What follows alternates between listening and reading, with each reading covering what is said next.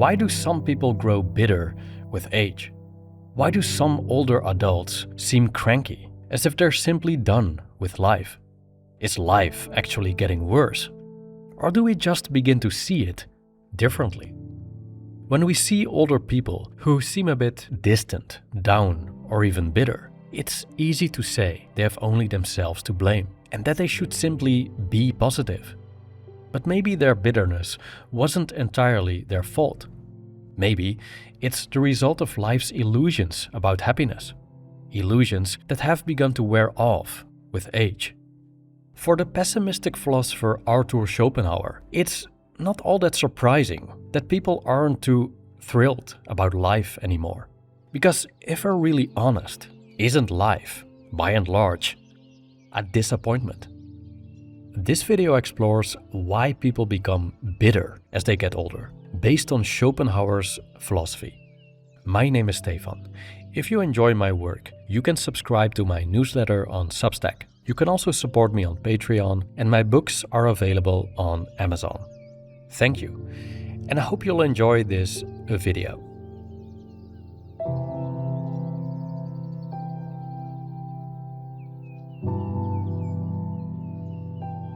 In our younger years, life seems to play a curious trick on us.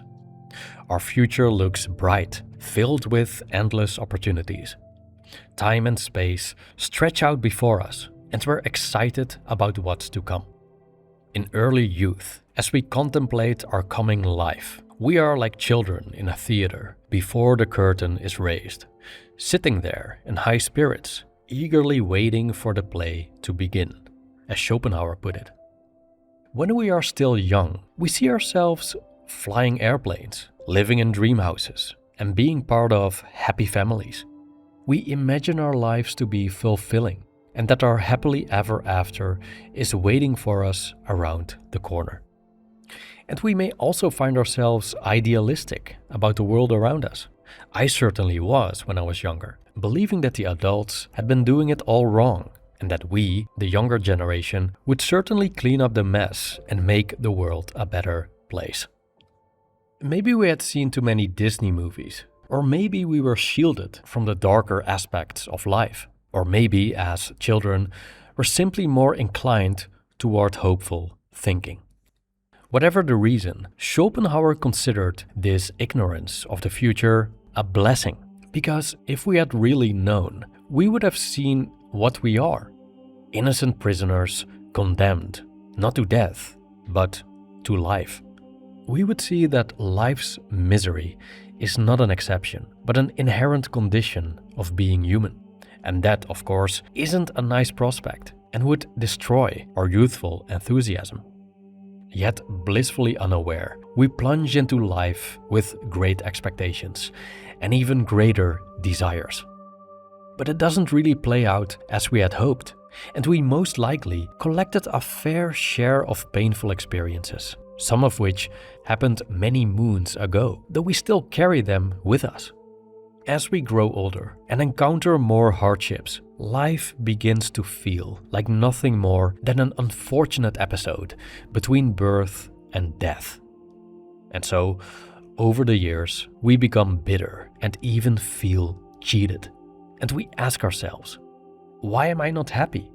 Where did I go wrong? Did I miss something? Schopenhauer's essays in Studies in Pessimism explain why life often ends up so unsatisfactory for us, and that this isn't necessarily our fault.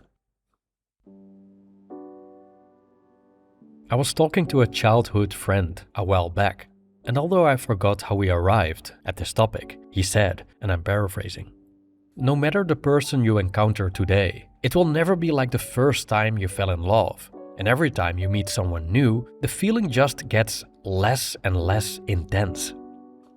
During that conversation, we came up with other examples: a first gaming console, a first car, a first house. Experiences that hit hard the first time, but with each repetition become a little less intense. I thought about it afterward, and it seems to be a common experience that the same pursuits bring less and less satisfaction over time, while the desire for them remains. And here's where things take a darker turn. Whether or not the intensity fades, the desire itself seems to persist.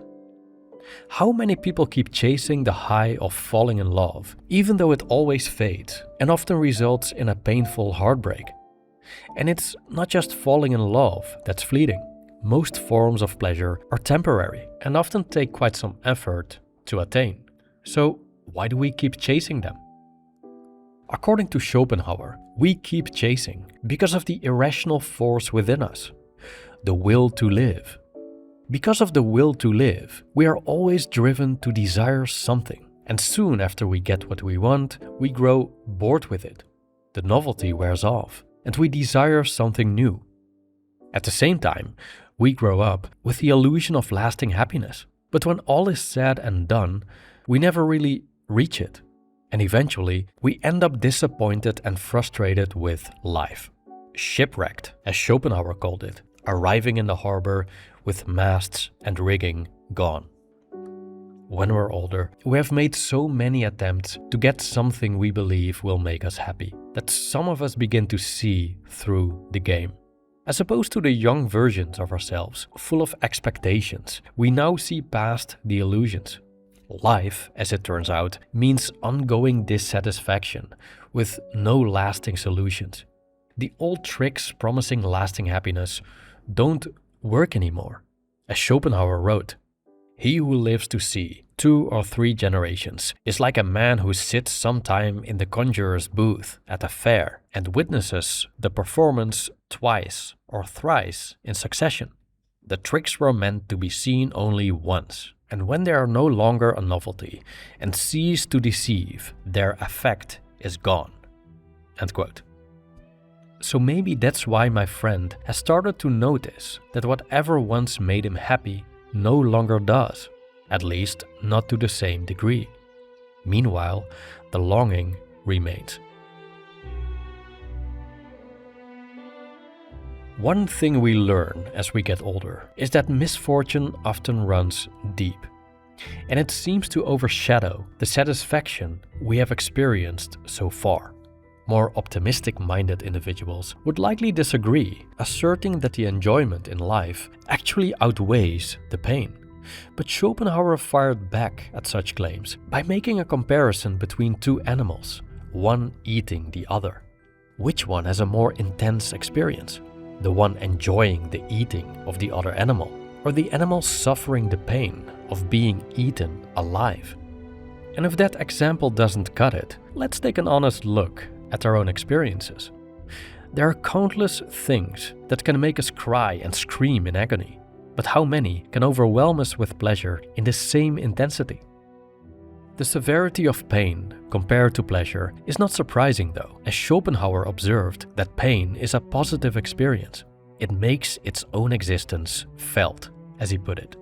Pleasure, contentment, and happiness, on the other hand, are merely the absence of pain. The brief relief we feel when a desire is fulfilled, while pain itself is deeper, stronger, and far more enduring. Émile Cioran, another pessimistic philosopher, very much influenced by Schopenhauer, didn't write his work on the heights of despair without reason. He too recognized that suffering carries far more weight than pleasure. And so, falling in love, for instance, isn't a positive experience that adds something, but more of a painkiller, temporarily freeing us from our suffering. The more intensely we fall in love, the stronger the effect. Now, when we're older, we often have experienced a lot of suffering, and much of it cuts deep, and sometimes we never really recover from it. We have spent our whole lives putting out fires under the guise of pleasure, fun, and happiness, and we repeatedly burned ourselves in the process. So, is bitterness a surprise then? Or is it a logical outcome of expecting much from life, only for it to be painfully underwhelming? Before the play ends, we may realize it sucked and won't get any better. And so, we have seen enough. The sham has been exposed, our tickets were a waste of money, and we feel ripped off. During this emotional roller coaster ride without safety bars, we have accumulated enough pain that it started to weigh on us, especially when misfortune keeps coming, adding to our bitterness. We might still experience enjoyable things, maybe even fall in love, but these just aren't enough to find relief from all the baggage we're carrying around. Schopenhauer wrote that, in our later years, the disappointment of life begins to dominate our feelings, and we find ourselves longing for a time when life still felt full of hope, the moments before the curtain was raised. But our tragic human condition also makes way for something else, what Schopenhauer called the most necessary thing in life: tolerance, patience, regard, and love of neighbor. Our experiences can make us bitter, but they can also deepen our empathy for our fellow sufferers. Because in the end, we're all in this together.